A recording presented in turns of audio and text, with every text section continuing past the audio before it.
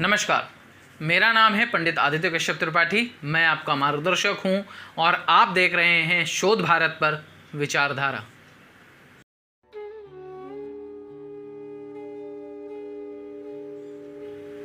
हमारा ये जो आज का विषय है ये बहुत ही एक कमाल का विषय है। इस विषय के बारे में बहुत सारे लोगों से मैंने जानकारी प्राप्त करी, लेकिन सही जानकारी किसी भी व्यक्ति के पास मौजूद नहीं थी।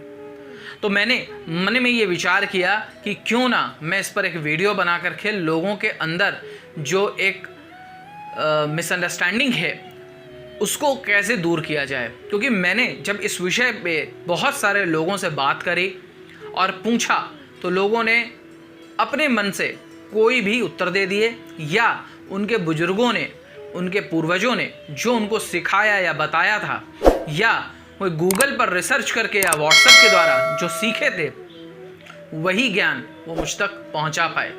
तो मुझे ये लगा कि कहीं ना कहीं ये जो ज्ञान है ये लोगों के पास अधूरा है या गलत है और लोग मिसगाइड हैं। तो क्यों ना लोगों तक सही ज्ञान पहुंचाया जाए, सही बात पहुंचाई जाए, ताकि लोग सही दिशा में जा सके। तो आप सोच रहे होंगे मैं इतनी लंबी बातचीत तो कर रहा हूं, लेकिन विषय क्या है ये नहीं बता रहा। ये विषय बहुत आम विषय है। विषय है हमारे पाप कर्म और उनको गंगा स्नान से धो देना। मैंने बहुत सारे लोगों से इसके विषय में पूछा कि भाई आप ये बताइए कि आप अगर कोई पाप करते हैं और उसके बाद आप गंगा स्नान कर लेते हैं या पूजा पाठ कर्म कर लेते हैं, यज्ञ हवन करा देते हैं, कन्या को भोजन करवा देते हैं, तीर्थ यात्रा कर लेते हैं, तो क्या आप उन पापों से मुक्त हो जाएंगे?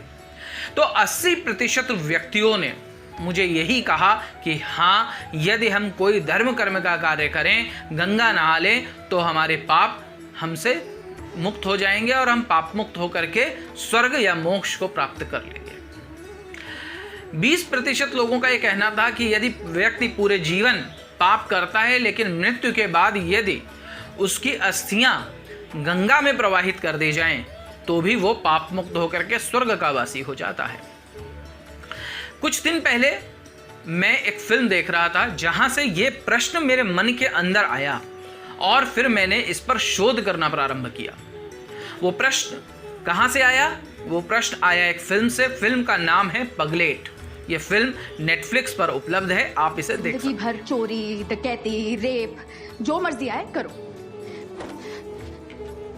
बस अस्थियां गंगा जी में बहा दो, स्वर्ग में सीट कंफर्म। ऐसा हो सकता है? गंगा मैया कैसे पाप माफ कर सकती है? गंगा मैया से शादी हुई थी उसकी। मैं यहां फिल्म का प्रमोशन नहीं कर रहा हूं। इस फिल्म के अंदर जो हीरोइन है उसका पति मर चुका है और उसके घर वाले जो उसके अस्थि कलश है उसको गंगा में प्रवाहित करके आए हैं, और घर पर यह बताया जा रहा है कि अब हमने उसके अस्थि कलश को गंगा में प्रवाह कर दिया, इसलिए उसे स्वर्ग प्राप्त हो जाएगा। जहां पर हीरोइन अत्यधिक क्रोधित हो जाती है और बोलती है क्या व्यक्ति जीवन में कोई भी पाप करे, कुछ भी करे, किसी का मर्डर कर दे, कुछ भी करे, तो क्या मरने के बाद उसकी अस्थियों को गंगा में प्रवाहित करने मात्र से उसके पाप दूर हो जाते हैं?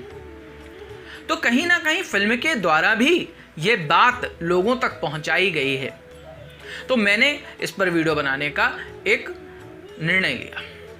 आज मैं आपको गरुड़ पुराण में लिखे, विष्णु पुराण में लिखे और भी कई शास्त्रों में लिखे हुए जो तथ्य हैं उनके विषय में आपको मैं आज बताऊंगा कि कौन से पापों से आप मुक्त हो सकते हैं, कौन से पापों से आप मुक्त नहीं हो सकते, और गंगा स्नान करने से किस प्रकार के पाप आपसे दूर हो जाते हैं, आप किन पापों से मुक्त हो जाते हैं।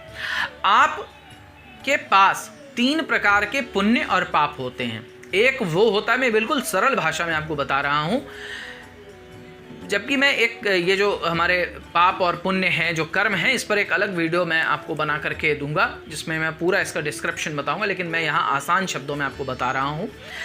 कुछ पाप और पुण्य हम अपने पिछले जन्म से लेके आते हैं, जिनके आधार पर यह निश्चित होता है कि हम कहाँ पर जन्म लेंगे, सुखी परिवार में, दुखी परिवार में, अंग विहीन होंगे, अंगों के साथ होंगे, अंधे होंगे, गूंगे होंगे, कैसे होंगे। ये हमारे पूर्व जन्म के जो पाप हैं, कितने भी जन्म हमने लिए हों, वहाँ से निर्णय होकर के आता है, और ये पुण्य और पाप हम अपने साथ लेकर के आते हैं। इसके बाद कुछ ऐसे पुण्य और पाप होते हैं जो हम यहाँ पर रह करके करते हैं, और कुछ ऐसे होते हैं जिन्हें यहाँ पर करके, यहीं पर भोग करके हम फिर आगे लेकर के चले जाते हैं। तो जो हम ले करके आए हैं उनको भी हमें साफ करना है, और जो हम अभी कर रहे हैं उन्हें भी हमें साफ करना है, और कोशिश करनी कि हम नए पाप ना करें। तो गंगा स्नान से कौन से पाप आपके धुल रहे हैं? गंगा स्नान से वो पाप धुल रहे हैं, वो पाप क्षम्य हैं जो आपने किसी भूलवश कर दिए हैं। आप रास्ते से जा रहे हैं, आपके गाड़ी के नीचे या आपके पैरों के नीचे कोई कीड़ा इत्यादि आ जाता है और वो मर जाता है। आप कभी दाल या चावल जैसी चीज़ धो रहे हैं और उसके अंदर छोटे छोटे कीड़े या घुन हो गए हैं, और पानी डालते ही आपको पता चला कि उसमें कुछ कीड़े थे और वो मर गए। या आपने भूलवश कभी किसी के बुराई कर दी, भूलवश कभी आपने किसी संगति में आकर के कोई गलत कार्य कर दिया। तो भूलवश किए हुए जो आपके इस प्रकार के कर्म हैं, ये भी आपके पाप में गिने जाते हैं। यदि आप इनका निवारण नहीं करेंगे तो ये भी आपके साथ आपके भोग का कारण बन जाएंगे। ये भी पाप को भुगतना पड़ेगा आपको मच्छर काटना, आपने मच्छर को मार दिया, ये भी पाप है। लेकिन इन पापों को गंगा स्नान के द्वारा धोया जा सकता है। भूलवश आपने किसी से अपनी जान की, प्राणों की रक्षा करते हुए यदि आपने उसको कोई चोट पहुंचा दी है सामने वाले को, क्योंकि आप अपनी रक्षा कर रहे हैं, लेकिन आपने चोट पहुंचा करके जो पाप किया है उस पाप को भी यहां पर धोया जा सकता है गंगा स्नान से, आप उससे मुक्त हो सकते हैं। लेकिन जो जघन्य पाप है, अब जघन्य पाप कैसे हैं?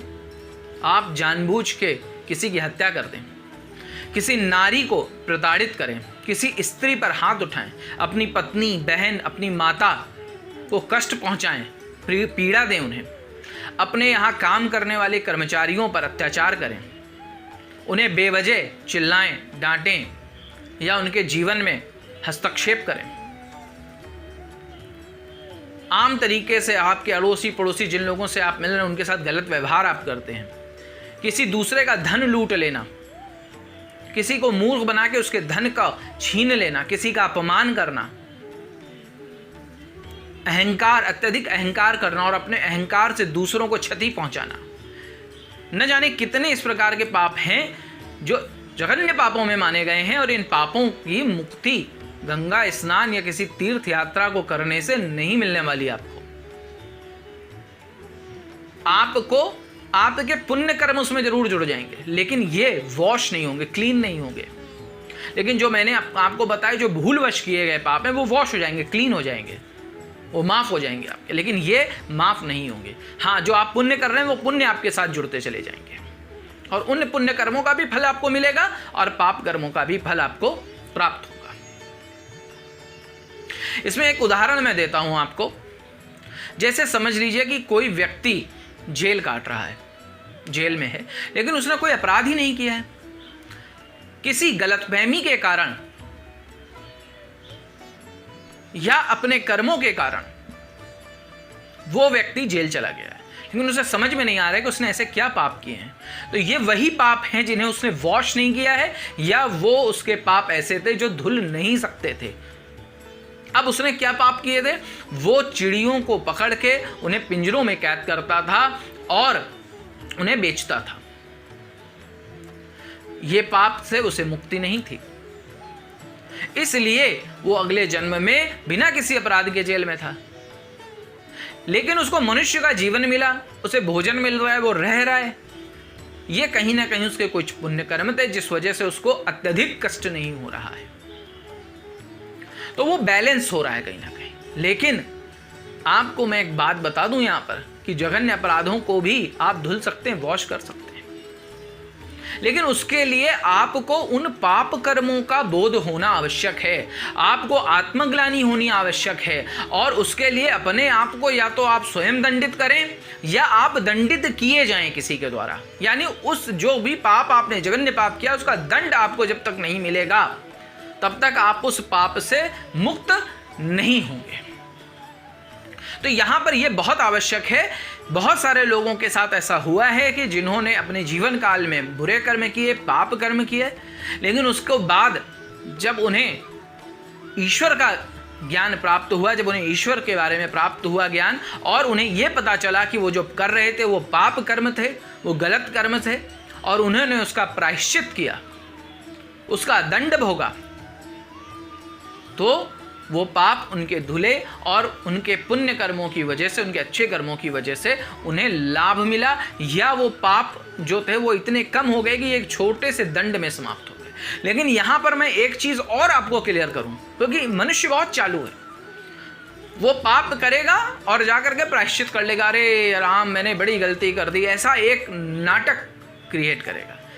लेकिन आप ये समझ लीजिए कि ये जो आप करेंगे ये दूसरे मनुष्य को भ्रम में डालने के लिए आप अवश्य कर सकते हैं, लेकिन ईश्वर की न्याय प्रणाली में जब तक आपकी आत्मा इस बात से कहीं ना कहीं कुंठित नहीं हो जाती कि मैंने जो पाप किया है ये वाकई पाप है, गलत है, और मुझे इससे निवृत्त होना है, ये गलत और घृणित कार्य मैंने किया है, मुझे इसके लिए दंड मिलना चाहिए, जब तक ये वास्तविकता में आपके मन में नहीं आएगा, आपके मन में अपराध बोध जागृत नहीं होगा, तब तक आप इस पाप से मुक्त नहीं हो सकते हैं। तो आप अपने मन से इस प्रकार के भ्रम को निकाल दीजिए कि आप कोई जघन्य पाप करेंगे, आप किसी के ऊपर अत्याचार करेंगे, बेवजह किसी को परेशान करेंगे, किसी के धन को लूट लेंगे, अन्न को लूट लेंगे, आपकी वजह से कोई कष्ट में आ जाएगा, और आप उस पाप को गंगा स्नान से या तीर्थ यात्रा या कन्या भोजन या हवन यज्ञ पूजन पाठ ब्राह्मण को प्रसन्न करके आप उस पाप से मुक्त होना चाहते हैं, तो आप मुक्त नहीं हो पाएंगे। भगवान राम ने ऋषियों मुनियों की रक्षा के लिए और अपनी पत्नी की रक्षा के लिए रावण की हत्या करी थी, क्योंकि वहां पर उनके पास कोई और चारा नहीं था, लेकिन उसका भी उन्हें पाप लगा था, ब्रह्म हत्या लगी थी उन्हें, और उसका उन्होंने कई जगह निवारण किया, लंका में भी निवारण किया, अयोध्या में आने के बाद भी उसका निवारण वो सदैव करते रहे। तो पाप से जो आप कर रहे हैं उससे मुक्ति कैसे होगी ये मैंने आपको बताया, कि जब तक आपको स्वयं आत्मग्लानि होकर के आपके मन में ये ना आ जाए कि हाँ वाकई मैंने ये पाप किया है, गलत करते किया है, मुझे इसके लिए दंडित होना चाहिए, तब तक आप उससे मुक्त नहीं हो सकते। तो आज आप ये डिफरेंस समझ लीजिए और मन से ये भ्रम निकाल दीजिए कि गंगा नहाने से आप बिल्कुल पवित्र हो जाएंगे और आप बिल्कुल पाप मुक्त हो जाएंगे। ये संभव नहीं है, और आपके मृत्यु के बाद भी आपकी अस्थियां यदि गंगा में चली गईं तो भी आप पाप मुक्त नहीं हो पाएंगे। तो आप अपने जीवन में परिवर्तन लाइए, पापों को छोड़ दीजिए, अत्याचार करना छोड़ दीजिए, क्योंकि ये जो भी आप कृत्य कर रहे हैं इसका पनिशमेंट एक न एक दिन आपको ज़रूर मिलना है। क्योंकि जो भी आप कृत्य करते हैं हर एक मिनट, हर एक सेकेंड, हर एक घंटे ये आपका नोट डाउन हो रहा है, लिखा जा रहा है, और इसका फल आपको निश्चित स्वरूप से मिलेगा। तो आज का ये जो मेरा वीडियो था, ये पाप और पुण्य जो आप करते हैं उसमें जो आपकी मिसअंडरस्टैंडिंग है गंगा को स्नान कर लेने से या पुण्य कर लेने से वो धुल जाती है, वो मैंने दूर करने का प्रयास किया। और आप मेरे वीडियोस ऐसे ही देखते रहिए, और शोध भारत की जो हमारी टीम है उसकी तरफ से बहुत बहुत धन्यवाद।